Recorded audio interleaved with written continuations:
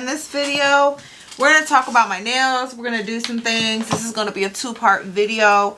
The first part is going to be cutting these down. I need to cut them down. I have 2 damaged nail beds underneath where I've accidentally lifted the nail up, but the nail is actually trying to heal itself, and I think the longer the nail is, the harder time it's having. And on top of that, I need to fill. So in this video, we're going to do a cut down properly. So we're going to talk about that. There's a few ways you can do that. A lot of people who do their cut downs when they're doing a takeoff, they use these tools. These are nail clippers and nail nippers. These are made for cuticles. These are made to cut your nails. In my case, since I'm not taking off the whole entire set, I'll probably cut the tips off with the nail clippers and take the rest off with a carbide bit on an E-file. Now, I am going to adjust the camera to move it down so you guys can actually see what I'm doing. But this video is specifically for cutting down and making sure you keep your shape and avoiding it splitting all the way up. Mine are double tipped on the ends. I did this set about 3 weeks ago, so I don't have any lifting on the top. I got lifting underneath. These are very tight C-curved. My natural nails are not C-curved. That's why they're lifting. And I actually hit my hands like this, like nails in. So my pinky nail itself is actually lifted. And I got one more. This thumbnail is lifted. And this, my middle finger on this hand is lifted. This one is for a completely different reason. I actually, I was working on the new studio and I ran something underneath my nail. I didn't even bleed. It just lifted up the nail a little bit. It's okay. But I am going to cut them to try to make it easier on the healing process. And then in the next video, we will do the fill and the new design. So I'm going to adjust the camera. We're going to get into it. And that's that. So I'll see you when I adjust the camera. So now that we have adjusted the camera, you can see my hands. I'm trying to dust them off. I actually have to clean this table. We got dust everywhere.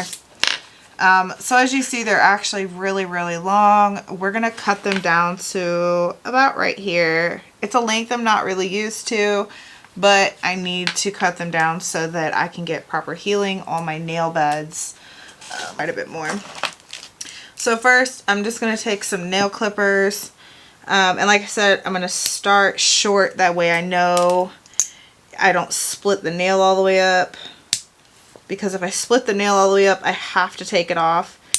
So I think I'm going to stick with like this length. As you can see, there's quite a bit of length difference there. That would be the length difference. And of course, when I file it straight, it's going to even be more. I think I'm going to take a little bit more off. I'm trying to get them as close to even as possible. So that's less filing I have to do. So we're just going to keep doing the same thing to the rest of them. So now I'm just going to start cutting them at where the second tip is. Because like I said, I did double tip these. You can kind of see. Let's see if it's going to show. I double tipped them, so I'm just going to cut them where the double tip is, since that's going to be the weak point in the nail. And that should prevent it from splitting all the way up. And if I want to take it any shorter, I can. Let's see.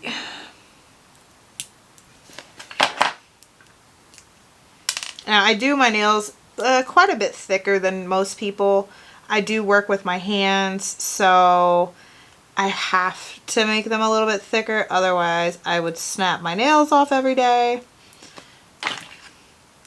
So this one I need to cut off a little bit more. Let's see. I'm trying to make sure they're like all this close to the same length so I have less hand filing. Pinky is short, now the thumb. Now my thumbs are always the longest ones. And that's because I don't really use my thumbs at work. Everything I do is mostly this route, or I use my knuckles to touch things. So cut all that off. This is definitely a different length. You can kind of see the difference. Let's see if I can get this up here. So you can see the length difference. So we're going to go with this length. It's going to be awkward to me, but we'll have to figure it out from there. And occasionally tips fly, so please watch your eyes, because that's what mine are about to do, because they're thick on this hand. I am right hand dominant.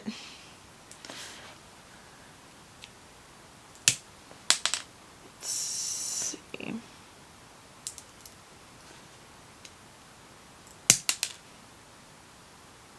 Yeah, I need to get some new nail clippers. Now this is the one I'm trying to be careful on. This one is my worst when it comes down to it being damaged underneath. It actually happened with the acrylic nail on it. So I just kind of filled it in and left it alone. But I think it's having issues with growing out. So I am just gonna cut them all a little bit shorter. I'm trying to get them roughly about the same length. At least trying to. So this is them after they're cut. Like I said, this is still a really awkward length, but I think this will be good for my nails growing out. And I might reshape them a little bit because they did retain the C-curve, so I'll probably reshape them to cater back to that. But I just wanted to show you guys how I take the length off my nails without actually splitting the nail. That's better. So I had to zoom back out. You guys just seen my hand for a quick second. But I just had to show you guys how I trim them. A lot of you have asked me when I take quite a bit off, how do I do it without actually soaking off the full set. This was a brand new set when I put them on. I haven't even filled them yet. This is my 3-week mark. Usually I fill my nails every week and a half. I usually don't make it to the 2-week mark because I usually break one, snap one, destroy it. I do some interesting things with my hands, so I usually don't make it to the 2-week mark, but this time I did. I just have some lifting underneath. And that's because the C-curve is a little bit too tight for my natural nails. But we're going to fix that. We're going to adjust that. But I just wanted to show you how to cut your nails down if you want to retain them on. Now, if I was taking them off, I would cut all the way down to my natural nail, which would probably be about right up here. And then file it, because most people don't have an e-file.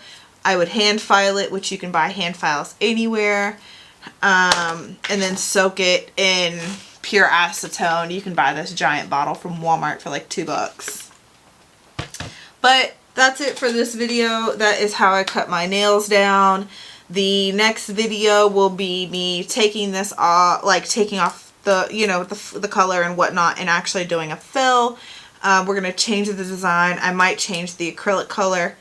I'm not sure yet. I may add a color. It's fall. Why not? But that's it for this video, guys. I know it's not very long. Most of my videos are really long and chatty. But like I said, this wasn't meant to be a long video. Some of you asked how I did it, so I wanted to show you how I do it.